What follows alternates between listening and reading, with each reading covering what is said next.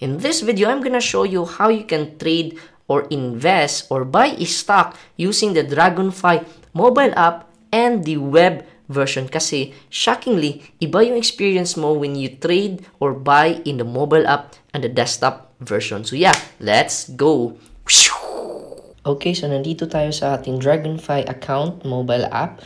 So we're gonna explore yung Dragonfly mobile app. Tapos, we're also gonna be checking ano ba yung deposit or ano ba yung trading experience natin. So we're gonna buy a stock using the Dragonfly account.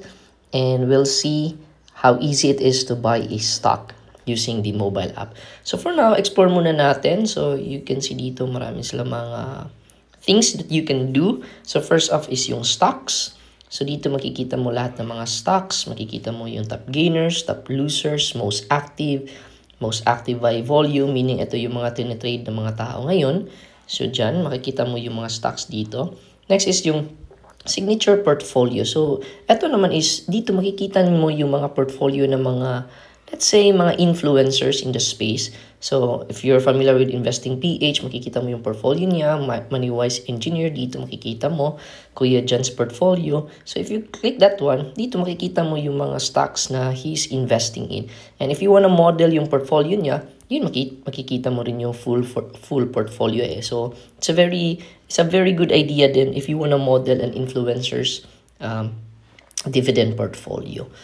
Tapos, next one is stocks, signature portfolios. Ito naman, funds. So, ito naman is like mga UITFs or mga mutual funds. So, you can invest in mga different funds that you wanna, if hindi mo gusto magbumili ng mga individual stocks, so you can just check dito. So, I think mostly mga Manulife funds ang nandito. Next naman is investing club. So, ito naman is mga anong tawag nito, like, they have mga articles, mga study, model portfolio, analysis, and research. So yeah, sobrang solid ng mga features ni Dragonfly. Funds, investing club, and then eto, click mo yung more. So dito, there's more that you can explore.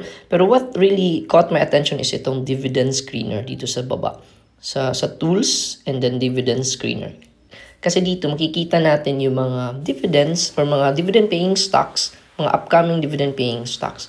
So, what you can do is just scroll down dito sa gilid and makikita mo yung mga, saan ba yun? Upcoming dividends. I-click mo yan, upcoming dividends. Isusort niya. Yun, isusort niya based on, pwede ito, ex-dividend date. So, ano ba yung mga stocks na malapit na yung ex-dividend date? So, let's say, for example, as of this video, ngayon is April. So, you might wanna check, let's say, ito, mga April dividend stocks. So, mayroong Maxis, mayroong DMW, Wilcon. So, ito yung mga C-REIT. Ito yung mga stocks na malapit na magbigay ng dividends. So, you can invest in these stocks. So, yes, sobrang solid ng mga features ni Dragonfly. So, ngayon, let's try trading or buying a stock using the Dragonfly mobile app. So, what we're gonna do is click itong nasa middle button, invest. Click natin yan. Tapos, you're gonna search ano yung stock na gusto natin bilhin. So far, I wanna buy DMC. Click natin yung DMC kasi malapit na yung dividends nila. So, dito, very simple. You can see the chart. You can see yung overview, news, disclosures, financials, dividend history. Okay, so makikita natin April 8, malapit na magbigay ng dividends si DMC. So, what we're gonna do is, pwede kang mag-click ng sell or pwede kang mag-click ng buy. So, let's just click the buy button. So, ngayon, we're gonna buy DMC. So far, meron tayong 5,000 cash available. So, ubusin natin yan. So, probably, we can buy up to 400 shares. Okay, and then yung price, so yung bidding price, ito yung people are willing to buy. Ito naman yung people are willing to sell. So medyo mahal, no? So gusto ko ma-cleared kaagad yung account natin, yung trade natin. So I'll be buying at 11.54. Dito naman sa duration, you can choose within the day. Ito naman good till cancel, GTC. Ito naman good till date. So pwede ka maglagay dyan ng date until when siya valid. So if aabot yung date na yon tapos hindi pa nag-execute yung trade mo, maka-cancel yung trade mo. So, I wanna trade today. So, gusto ko mag-reflect kaagad. So, makikita natin 5,000 yung cash natin. Ito, cost is 4,600. Just click next. Okay, makikita natin yung commissions dyan. So far, very malit lang naman yung commission. So, they've adjusted that one. And click natin confirm. And then, allow natin yan. Ayun, order completed. So, basically, boom, ang bilis, di ba? So, okay na. May DMC na tayo. So, check nga natin. So, dito, may loss na tayo na negative 1% because of, anong tawag ito? Because of fees. But basically, yun. We have our stocks already, yung positions natin, stocks. And, yeah, total portfolio 4-5. So, that was really fast. Good job, Dragonfly. So, ngayon, let's test the Dragonfly web version. So, dito, let's try trading or we're gonna buy a stock using the Dragonfly web version. Kasi I just found out na iba pala yung experience mo kapag nasa website ka compared sa nasa mobile ka. However, para magkaroon ka ng access dito sa trade for you to be able to trade dito sa web version, meron silang different pricing. So, dito, you can start your Dragonfly account as low as 1,000 pesos.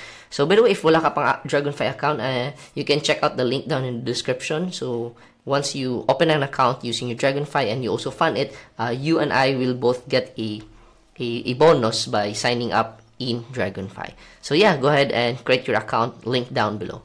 So, for you to be able to experience yung web version pala na trading platforms, for the Dragonfly web, from 1,000 to below 10,000, meron kang 3-day free trial lang. But if you upgrade to, if you fund your account to 10,000 to 50,000, ayun, magkakaroon ka na ng access to the Dragonfly web version. So, mobile, Dragonfly mobile kasi, yun yung pinakita ko kanina. Very simple, very sleek, very modern. However, dito sa Dragonfly web, iba din pala yung trading experience mo. Kaya, dito I added a few thousand para ma-access natin. So, meron tayong balance buying power na around 20,000. So, right now, we're gonna buy a stock and I'm gonna show you yung experience buying a stock using the Dragonfly web version. So, let's click trade and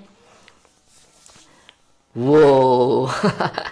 Ang daming numbers, no? So, dito, as you can see, parang this is like for so many details that you can check. Okay? Parang pang technical trading na talaga, no? Ayun. So, I see if you go to the web version pala, this is like perfect for traders. So, if you're a dividend investor, I think perfect sa yung mobile app. So, para easy. Kasi right now, parang nako-confuse ako how do we buy. So, I'm planning to buy TEL, PLDT. So, ayun, nag-shoot up ng konti, no? From 1.2, naging 1.3 na. So, how do we increase this one? Parang hirap, no? Okay. And then, magkano na nag-increase? Wow, 8% na. I'm supposed to be buying PLDT. Pero parang nag-increase na, no? Too late na. Saan ba dito yung support? Dito kasi yung support eh. More or less dito. So, sige. Buy tayo ng PLDT pero wag lang natin ubusin yung buying power natin. Okay, so how do we trade? How do we trade dito? Bid as, so ito yung people are willing to sell, so we're gonna buy. How do we do that? Baka dito, order. OCO single, oh my goodness, I don't know how to do this. Ang hirap mag-trade dito sa mobile, sa web. Paano ba to? Essential. Baka dito sa essential. Okay. How do we do orders? Dito orders. Move muna natin mukha natin, B. Chat surfer. Market. Trading chart. How do we buy? OMG. Sensya guys ha. Hindi tayo trader eh. So hindi natin alam yung mga tools na ito. Paano ba to? Ito yung bid. Ito yung asking price. So, let's do that. Let's just close this one. I don't know what this. So, we're gonna buy how many shares? Dito. So, dito as you can see, buy.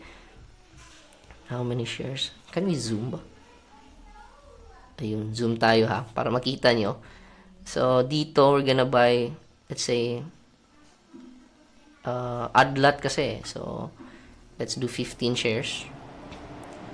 Yung people are willing to sell it. People are selling at 1305. Oh, 1304. Okay, let's buy at 1304.